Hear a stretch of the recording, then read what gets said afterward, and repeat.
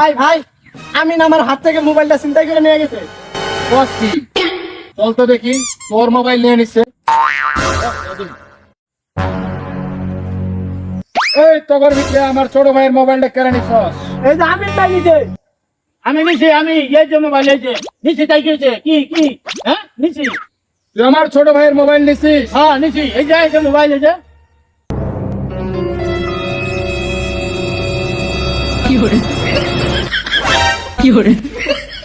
তুই চার্জারটা নিবি না? হ্যাঁ, এই মোবাইলের ধান্দায় পইলে আমার ছোট ভাই লেখা পড়া সব নষ্ট করে ফেলাইছে। তুই চার্জারটাও লইয়া যা। শালার ভাবছিলাম কি আর হইল না।